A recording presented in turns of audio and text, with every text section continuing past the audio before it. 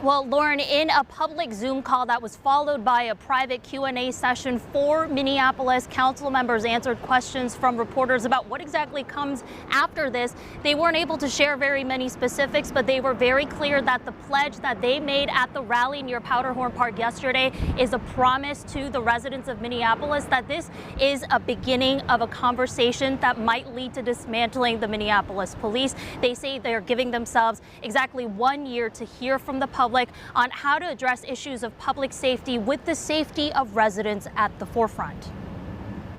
The conversation had to start somewhere, and we started it yesterday. That is what we put into motion. The next steps are for us to do deep engagement that centers Black and Brown communities who have been disproportionately impacted by police violence and community-based violence as well, to co-create these new systems of public safety that are rooted in community and further racial justice.